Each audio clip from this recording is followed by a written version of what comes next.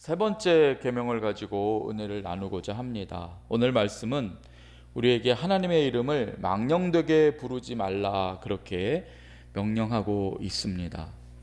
여기서 주님께서 망령되게 부르지 말라고 하신 이름은 여호와입니다. 그 이름이 도대체 무엇이기에 주께서는 이렇게 제3계명을 주셨을까요? 우선 구약 성경에서 하나님을 가리킬 때 가장 많이 사용된 단어는 엘이라는 단어입니다. 이 단어는 일반적으로 신을 나타내는 말이죠. 이 엘이라는 말에서 엘샤다이라는 말이라든지 또 엘로힘이라는 말이라든지 여러 가지 파생된 하나님의 이름들이 나왔습니다. 엘샤다이는 전능하신 하나님이라는 뜻이고요. 엘로힘은 이 하나님의 권능이라는 그런 뜻이죠. 아무튼 이런 여러 가지 엘을 사용한 이름을 주로 하나님을 가리키는 이름으로 성경은 사용하고 있습니다. 하지만 이 이름들은 하나님께서 당신 스스로를 가리키시는 이름으로 우리에게 주신 이름이 아니고 사람들이 하나님을 가리킬 때에 붙인 이름이라고 할 수 있습니다. 그러니까 주님의 이름이라고 하기보다는 주님을 가리킬 때 우리가 만들어낸 이름이라고 할 수 있죠. 정작 우리가 알고 싶은 것은 하나님께서 당신의 이름으로 우리에게 알려주신 그 이름이 무엇인가, 그것을 우리가 알고 싶지 않습니까? 하지만 놀랍게도 하나님께서는 당신의 이름을 우리에게 알려주지 않으려고 하셨다는 것이 성경의 기록입니다. 예를 들어 야곱은 야복강 나루터에서 주님을 만났을 때 당신의 이름을 알려달라 그렇게 부탁합니다. 그때 창세기 32장 29절을 보시면은요, 하나님께서는 야곱에게 어찌하여 내 이름을 묻느냐라고 하시면서 이름을 알려주지 않으셨다는 것을 볼 수 있습니다. 또 모세가 하나님을 처음 배웠을 때에도 주님은 당신 스스로를 가리키셔서 아브라함의 하나님, 또 이삭의 하나님, 야곱의 하나님 이렇게 알려만 주셨습니다. 이런 일만 보아도 하나님께서는 당신의 이름을 사람들에게 알려주지 않으시려 한다는 사실을 알 수 있습니다. 그 이유가 무엇일까요? 이름이 가지는 속성 때문입니다. 세상의 모든 피조물에는 이름이 있습니다. 그래서 아직까지 발견되지 않거나 또 이름이 붙여지지 않는 것이 있으면은 학자들이 거기에 아주 복잡하게 라틴어 학명으로 이름을 붙이지 않습니까? 이 이름을 짓는 일을 최초로 사명으로 받고 또 특권으로 받은 사람이 아담입니다. 이름을 짓는다는 것은 거대한 특권인 것이지요. 그렇기 때문에 오늘도 전문적인 지식을 쌓은 학자들이 자기 분야에서만 어떤 새롭게 발견된 동물이나 식물들의 이름을 짓고 그것을 또 학계에 등재해서 그 이름에 붙여진 사람의 권위를 인정받습니다. 왜냐하면 무언가의 이름을 붙이면은요, 그때부터는 그 이름을 부르게 된 자와 그 이름의 대상이 된 어떤 피조물이 관계하는 일이 일어나기 때문입니다. 이름을 붙이는 순간 그 피조물은 관찰할 수 있는 대상이 되거나 또는 자신의 어떤 의도대로 그 수준에 맞게 관계할 수 있는 대상이 되고, 심지어는 이용하거나 또는 그것이 생명체라면 그 생사 여탈권까지도 갖게 됩니다. 부모나 조부모는 태어난 아기의 이름을 지어주죠. 그 순간부터 그 아기는 자라서 성인이 될 때까지는 그 이름을 지어준 사람의 영향력에서 벗어날 수 없습니다. 이름을 지어주었다는 것은 그 아기와 관계하겠다는 뜻이고, 그 아기의 인생을 인도하겠다는 뜻이고, 뭔가 제한하겠다는 그런 뜻이 내포되어 있는 것입니다. 그런데 우리 하나님은 어떤 분이십니까? 하나님의 이름을 우리가 만약 안다면 우리는 하나님을 대상으로서 관찰하려고 하는 그런 시도를 하게 됩니다. 우리가 하나님의 이름을 알게 되면 그때부터 내 수준에서 내 계획대로, 내 뜻대로 하나님과 관계하려고 하는 그런 마음이 생기게 됩니다. 심지어 죄에 물든 우리는 주님을 이용하려는 무모한 짓까지도 벌이게 됩니다. 하나님 외에 이 세상의 모든 피조물들은 이름이 있지만 하나님의 이름은 원칙적으로 있을 수 없는 이유가 여기에 있습니다. 하나님만이 유일한 존재이시기 때문입니다. 우리는 모두 존재이신 하나님에 의해서 피조된 피조물입니다. 결국 꺼지고 사라질 피조물이고 하나님이 우리의 이름을 부르셔서 하나님의 계획 안에 있어야 하는 그런 존재인 것입니다. 그러므로 이사야 선지자는 이사야서 45장 15절에서 하나님을 가리켜 진실로 스스로 숨어 계시는 하나님이라고 했습니다. 여기서 우리는 다시 한번 피조물에 지나지 않는 우리 인간과 유일한 존재이신 하나님과의 무한한 질적 차이가 있다는 사실을 다시 한번 생각해 보게 됩니다. 칼 바르트라고 하는 신학자는 그 차이를 가리켜서 하나님께서는 우리 모든 인간적인 것에 대하여 무한한 질적 차이로 대립하신다라고 하는 조금 애매모호하고 어려운 말을 꺼냈습니다. 쉽게 말하면 우리가 무언가 하나님에 대해서 안다고 하죠. 성경도 읽었고 신앙생활도 해서 그래도 세상 사람들보다는 내가 많이 하나님을 안다고 하지 않습니까? 하지만 그렇게 우리가 하나님을 안다고 하면 할수록 우리는 그 무식하고 무례하고 무지한 그 지식으로서 하나님과의 무한한 질적 차이를 드러낼 뿐이다. 그런 말이 됩니다. 안다고 하는 순간 교만에 빠지면서 우리는 점점 더 하나님과 차이를 벌리게만 할 수 있습니다.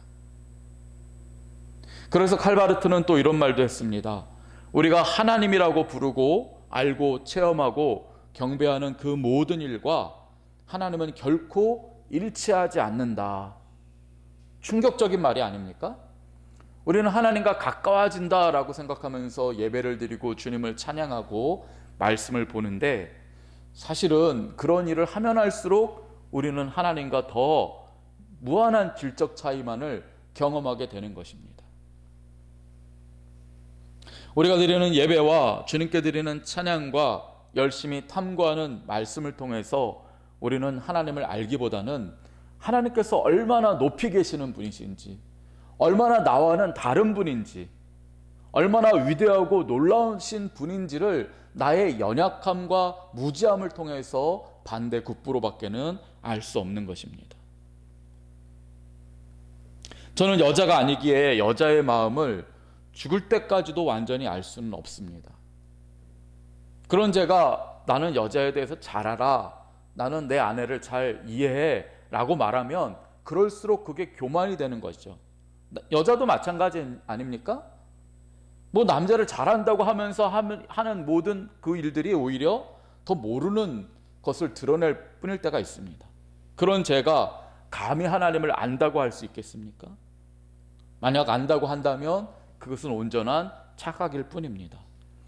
그래서 성 아우구스티누스는 다음과 같은 말을 했습니다. 당신이 하나님을 파악하지 못한다는 사실은 결코 놀라운 일이 아닙니다. 만약 당신이 하나님을 파악한다면, 정말 안다면 그분이 어떻게 하나님이시겠습니까? 그렇지 않습니까? 우리 손에 쥐어질 수 있다면 하나님은 그때부터 하나님이 아니신 것입니다. 이와 같은 사실로 미뤄볼 때 우리가 하나님의 이름을 안다면 그때부터 그분은 우리 안에서 뭔가 다룰 수 있는 분이 되는 것이고, 내 뜻을 내가 마음대로 주장할 수 있는 분이 되고, 죄악에 가득한 우리가 하나님을 이용하려고까지 하는 그런 일이 됩니다. 하나님은 결코 피조물에 의해서 한정되고 규정되고 이용되실 분이 아닙니다. 그렇기 때문에 하나님의 이름은 원칙적으로 알 수 없는 것입니다. 그게 당연한 것입니다. 그런데요, 이 하나님의 이름을 알 수 없는 것이 당연한데 이 일이 완전히 뒤집어진 사건이 출애굽기 3장에 나옵니다. 하나님께서 모세에게 당신의 이름을 그때 가르쳐 주셨기 때문입니다. 출애굽기 3장 14절에 이렇게 기록되어 있습니다. 하나님이 모세에게 이르시되 나는 스스로 있는 자이니라. 우리가 사용하는 개역 성경은 모세에게 하나님께서 가르쳐 주신 이름을 번역하기를 스스로 있는 자라고 번역했습니다. 이 말은 지금까지 제가 말씀드린 철학적 용어를 풀어서 쓴 번역이라고 할 수 있습니다. 존재라는 말을 사용하지 않았습니까? 존재라는 말이 곧 스스로 있다는 뜻입니다. 세상의 모든 피조물, 우리를 포함한 우리 모두는 스스로 있는 자가 아닙니다. 하나님께서 정해주신 그 기간만큼만 이 지구상에 잠깐 있다가 사라지는 것입니다. 하나님께서 내 존재라는 것을 아예 꺼버리시면 내 마음대로 형광등의 불을 껐다 켰다 해도 누가 뭐라고 할 수 없는 것처럼 주님께서 내 생명을 걷어가시면 누구도 왜 걷어가시냐 할 수 없는 것입니다. 그게 하나님과 나와의 차이입니다. 하나님만이 스스로 계신 분입니다. 하나님만이 존재이십니다. 주님은 당신의 이름을 일컬어 모세에게 나는 스스로 있는 자다라는 이름을 주셨습니다. 그런데 이 이름은요, 주님이 우리에게 알려주신 이름이기도 하지만 동시에 이름이 아니기도 합니다. 왜 그렇습니까? 나는 존재다라는 이 말은 고유명사가 아닙니다. 당신의 본질을 나타내는 하나의 문장이기 때문입니다. 그러므로 이 이름은 주님의 이름이면서도 이름이 아닌 그 무엇인 것입니다. 신비한 이름이고 주님의 영광과 우리와의 무한한 질적 차이를 가지신 주께서 인간에게 당신 스스로를 알려주신 이름이면서 동시에 하나님과 내가 얼마나 무한한 차이가 있는지를 알려주는 신비인 것입니다. 이 이름에서 우리가 흔히 하나님의 이름으로 알고 있는 여호와라는 말이 나왔습니다. 사실 이 여호와라는 이름은요, 나는 존재다, 나는 스스로 있는 자다라고 하는 이 이름의 히브리어 자음과 그리고 나의 주님이라고 하는 우리들이 스스로 우리가 보통 하나님을 가리킬 때 나의 주님이라고 하지 않습니까? 그걸 히브리어로 아도나이라고 하거든요. 그 아도나이의 모음을 합쳐서 만든 단어가 여호와라는 단어입니다. 히브리어로 야훼가 바로 그것이죠. 나는 스스로 있는 자다라고 하는 그 히브리어의 자음과 또 나의 주님이라고 하는 아도나이의 모음을 합쳐서 야훼라는 말이 나왔습니다. 이것이 영어고 영어로는 제호바가 되고 우리말 성경으로는 여호와가 되는 것입니다. 주님께서 우리에게 알려주신 이 이름은 신비이자 은혜입니다. 오늘 십계명으로 볼 때는 이 이름을 망령되이 일컫지 말라 그렇게 말씀하고 계십니다. 이 이름은 그러나 신비한 이름이고 이름이면서 이름이 아닌 그런 무한한 질적 차이를 가리키는 그런 이름이기도 하지만은 저와 여러분에게는 이 이름이 은혜라는 점에서 더 중요하다고 봅니다. 왜 주님이 우리에게 주신 이 이름이 은혜일까요? 그것은 먼저 주님이 우리에게 당신의 이름을 알려주셨기 때문입니다. 주님께서 우리에게 당신의 이름을 주셨다는 뜻은 무엇입니까? 무한한 질적 차이가 있으신 우리 주님께서 우리와 관계하시겠다는 분명한 의지를 드러내시기 때문인 것입니다. 주님이 우리 가운데로 오시지 않고 주님이 우리와 관계하시겠다고 하는 그런 사랑이 없었다면 우리는 언제 사라져도 아무 말 못하는 피조물에 지나지 않습니다. 그러나 주님께서 당신의 이름을 부르라고 우리에게 주님의 이름을 주셨기 때문에 이제 우리는 주님과 관계할 수 있게 됩니다. 주님의 은혜를 우리가 이름을 부르는 만큼 누릴 수 있게 되는 그런 특혜를 누리게 된 것입니다. 우리가 주님의 이름을 부르는 순간 우리가 알게 모르게 놀라운 일이 일어납니다. 주님은 저와 여러분이 준비한 믿음의 그릇 안에 그 순간부터 갇히시게 된다라고 할 수 있습니다. 바닷물을 바가지로 담아 보신 적이 있으십니까? 바가지로 담으면은요, 그 바가지의 크기만한 바다가 우리 가운데 형성이 됩니다. 만약 바가지가 아니라 큰 대야를 가지고 그 바닷물을 담으면 그만큼 우리가 더 바다를 누리게 되는 것이지요. 우리 주님이 이름을 주셨다는 의미가 딱 그렇습니다. 온 우주의 주인이시고 온 우주를 만드신 주님이시지만은 우리가 이름을 부르는 순간 우리 믿음의 크기만큼 주님이 우리 안에 들어오시는 것입니다. 주님의 그 이름에 담긴 위대하고 놀랍고 아름다운 그 은혜가 우리의 믿음의 그릇만큼 이름을 부르는 순간 우리와 함께하게 됩니다. 그렇기 때문에 주님의 이름을 부르짖고 기도할 때 없었던 힘이 생기기도 하고, 주님의 이름을 의지하고 간구할 때 세상을 이기는 지혜도 생기는 것이고, 불가능한 일들이 가능해지는 기적도 그 믿음의 크기만큼 위대하게 일어나는 것입니다. 우리는 이 무한한 질적 차이를 가지신 하나님께서 당신을 한없이 낮추셔서 하나의 아기로 이 땅에 오신 사건을 이미 경험했습니다. 그분이 누구십니까? 하나님의 아들이시며 하나님이신 예수 그리스도이십니다. 예수님께서 이 땅에 자신을 한없이 낮추셔서 우리에게 오셨지만은 그 당시 사람들은 주님을 알아볼 수 없었습니다. 믿음의 그릇이 깨져버렸기 때문입니다. 믿음의 그릇으로 담을 수 있는 그릇이 준비되지 않았습니다. 그렇기 때문에 사도 요한은 요한복음 1장 10절에서 뭐라고 말합니까? 그가 세상에 계셨음에 세상은 그로 말미암아 지은 바 되었지만 세상이 그를 알지 못했다라고 말하고 있습니다. 믿음의 그릇이 준비되지 못했기 때문에, 그 이름을 부를 만한 그런 자가 되지 못했기 때문에 주님이 오셨지만은 당시에 사람들은 예수님을 조롱하고 멸시했고 결국에는 십자가에 못 박았습니다. 근데 성도 여러분, 여기서 다시 한번 죄가 가득한 곳에 은혜가 더 넘치는 놀라운 반전이 일어납니다.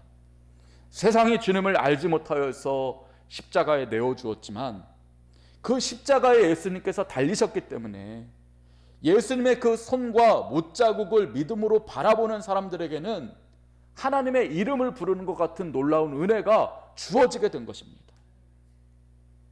놀랍고 위대하고 아름다우신 하나님의 은혜가 우리와 함께하게 된 사건은 십자가 사건입니다. 주님을 바라볼 때 그 놀라운 역사가 우리에게 일어납니다. 의심 많던 도마가 경험한 은혜가 그것이지 않습니까?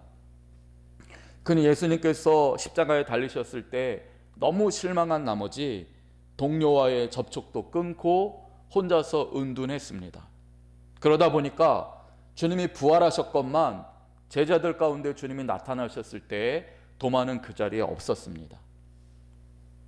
이후에 도마는 부활하신 주님에 대한 소식을 들었고 제자들의 무리에 함께 끼게 되었지만은 여전히 의심했습니다.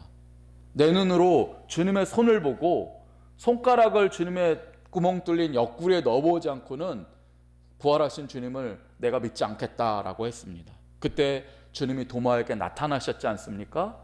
그러면서 당신의 구멍난 손을 보여주셨습니다. 그 순간 도마가 했던 고백이 요한복음 20장 28절에 나오는데요. 뭐라고 고백합니까? 나의 주님이시요 나의 하나님이십니다 라고 고백합니다. 이 고백은요, 베드로의 고백을 넘어서는 놀라운 고백입니다. 베드로는 이전까지 예수님을 그저 하나의 랍비나 선지자로 알던 그런 믿음의 수준밖에 없었던 사람들 사이에서 주는 그리스도시요 살아계신 하나님의 아들이라고 고백했던 놀라운 고백을 했습니다. 그런데요, 도마의 고백은 그것을 넘어섭니다. 왜냐? 주님을 하나님이라고 고백했기 때문입니다. 여기서 도마가 예수님을 하나님이라고 고백한 이유는 그가 유대인이며 하나님의 이름을 알고 있었기 때문이라고 저는 봅니다. 우리가 사용하는 하나님의 이름 여호와는 아까도 말씀드린 바와 같이 주님께서 우리에게 주신 이름의 자음과 우리가 사용하는 모음을 합쳐서 만든 이름입니다. 그런데 여기서요, 자음이 중요합니다. 히브리어의 자음에는 각각이 무언가를 나타내는 뜻이 있습니다. 우리말의 기역, 니은은 아무 뜻이 없지만은 히브리어는 자음들 하나하나가 각각의 고유한 무언가를 나타내는 뜻이 있습니다. 그렇게 볼 때에 하나님께서 주신 이름의 그 자음들이 나타내는 뜻이 무엇인지 아십니까? 그 뜻은 그 손을 보라, 그 못을 보라 라는 뜻입니다. 모세가 처음 주님으로부터 이 이름을 들었을 때는 그 중요한 의미를 발견하지 못했을 것입니다. 나는 스스로 있는 자라는 이름으로만 그가 받았겠지만은 왜 그 이름을 자음으로 그 손을 보라, 그 못을 보라를 사용하셨는지 모세는 그 당시에 알지 못했을 것입니다. 하지만 은혜 시대, 신약 시대, 예수님이 오신 다음에 믿음을 가진 우리는 그 뜻을 분명히 압니다. 왜 하나님께서 당신의 이름 안에 그 손을 보라, 그 못을 보라 하셨는지 우리는 분명히 알지 않습니까? 예수 그리스도가 하나님의 이름인 것입니다. 도마가 그 이유를 알게 된 최초의 인물이었습니다. 그렇기 때문에 주님의 그 손을 부는 순간 그는 하나님의 이름을 깨닫게 되었습니다. 왜 하나님께서 당신의 이름을 부를 때 그 놀라운 은혜를 주셨던 것인지, 그리고 왜 주님께서 당신의 이름을 그 손을 보라, 그 못을 보라라고 하셨는지를 그는 깨닫게 되었고, 예수님의 손을 보는 순간 당신은 하나님이십니다 라고 고백했던 것입니다. 성도 여러분, 오늘 주께서는 너는 너의 하나님 여호와의 이름을 망령되게 부르지 말라고 하셨습니다. 왜 그렇습니까? 이 이름을 우리가 믿음 가지고 부를 때마다 주님은 우리의 인생을 놀랍게 변화시켜 주실 것이기 때문입니다. 우리의 인생이 비천한 인생에서 위대한 인생으로 바꾸시는 힘이 그 이름 안에 담겨져 있기 때문인 것입니다. 이 이름을 부를 때 우리의 영혼과 삶에는 우리가 준비한 믿음의 그릇만큼 하나님의 영광이, 하나님의 은혜가, 하나님의 역사가 담기게 될 것입니다. 오늘도 주님의 이름을 부르짖고 나아가시기 바랍니다. 힘들고 쓰러져 지칠 때마다 주님을 찬양하고 주님의 이름을 부르짖고 일어서시기 바랍니다. 외롭고 두려울 때마다 주님의 이름을 부르시기 바랍니다. 그때 우리의 인생은 새롭게 변화되고 위대한 주님의 이름을 부르는 자답게 복된 삶을 살게 되실 것입니다. 주님의 이름, 그 놀라운 이름 안에 거하는 저와 여러분이 되시기를 주님의 이름으로 축원드립니다. 아멘. 기도하겠습니다. 하나님 감사합니다. 놀랍고 신비하고 위대한 이름, 감히 우리가 부를 수 없는 미천한 존재임에도 주께서는 당신을 한없이 낮추셔서 이 신비한 능력의 이름을 주셨습니다.